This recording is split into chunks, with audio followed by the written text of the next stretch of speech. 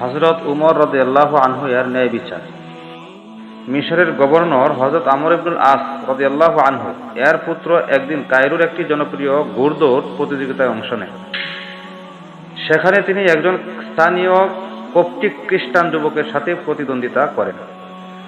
উত্তেজনাপূর্ণ প্রতিযোগিতায় কপ্টিক যুবক বিজয়ী হন। এতে গভর্নরের পুত্র প্রচণ্ড রাগান্বিত হন।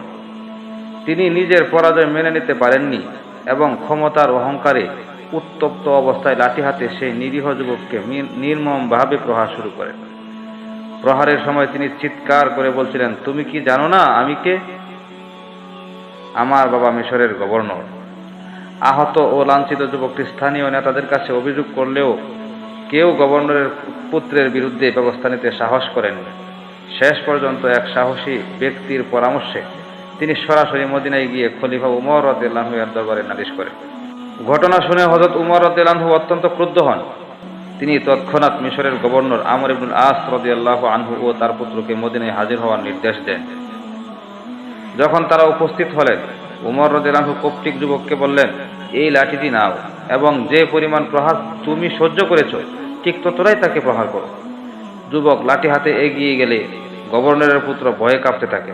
তখন উমর রাদিয়াল্লাহু আনহু তাকে ধমক দিয়ে বললেন, ক্ষমতার দম্ভে আজ তুমি একজন নিরীহ মানুষকে মারতে সাহস পেয়েছে। জেনে রেখো, আল্লাহর আইনের সামনে সবাই সমান। যুবক দুই একবার প্রহার করার পর ক্ষমা করে দেন।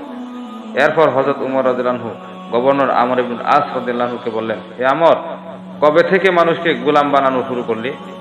তোমার পুত্র কিভাবে একজন স্বাধীন মানুষকে প্রহার করার সাহস পেল? গভর্নর ও তার পুত্র লজ্জায় নতজানু হয়ে ক্ষমা প্রার্থনা করে। উমর রাদিয়াল্লাহু আনহু গভর্নরকে সতর্ক করে দেন, যদি কখনো শুনি তুমি বা তোমার পরিবার কারো প্রতি অভিযোগ করেছ, তবে তোমাকে পদচ্যুত করব।